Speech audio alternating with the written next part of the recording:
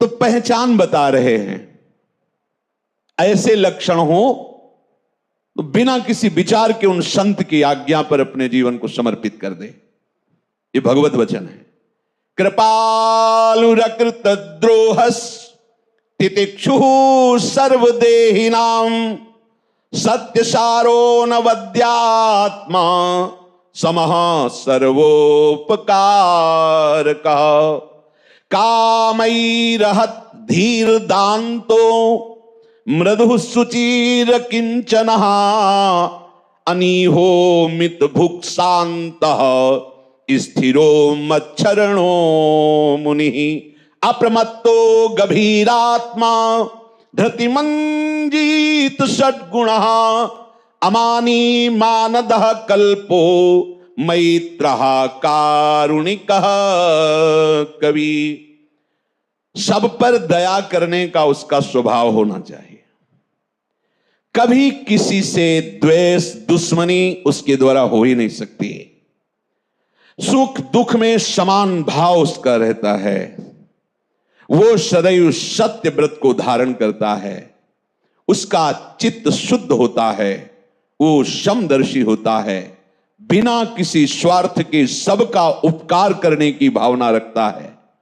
जिसकी बुद्धि को कामना छू ही नहीं गई है, जो जितेंद्री है, जिसका हृदय बहुत कोमल द्रवित रहता है, जो बाहर और भीतर दोनों से पवित्र रहता है, जिसका जीवन संपूर्णतया अर्पण होकर अकिंचन हो गया है, जो किसी की भी अपेक्षा नहीं रखता, शरीर पोषण के लिए यथालाभ मिताहार करता है, जैसा मिल जाए वो मिताहार करता है, शांत चित्त रहता है, मुझ प्रभु में परमात्मा में उसकी बुद्धि स्थिर रहती है।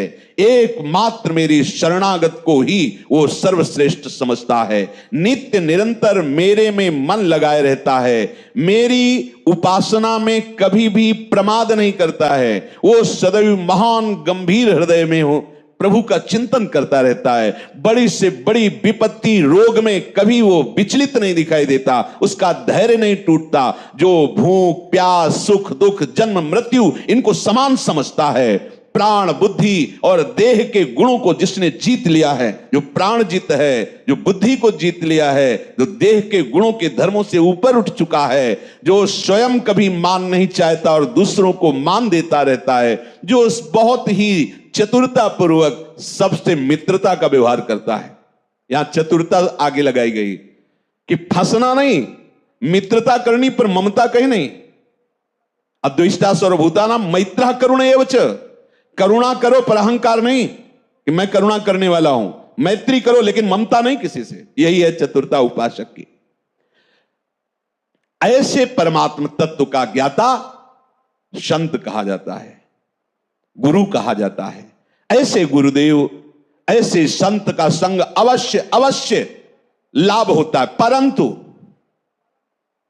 लाभ उसी को होता है जो अपने हृदय को खाली करके ऐसे संत को समर्पित कर देता है।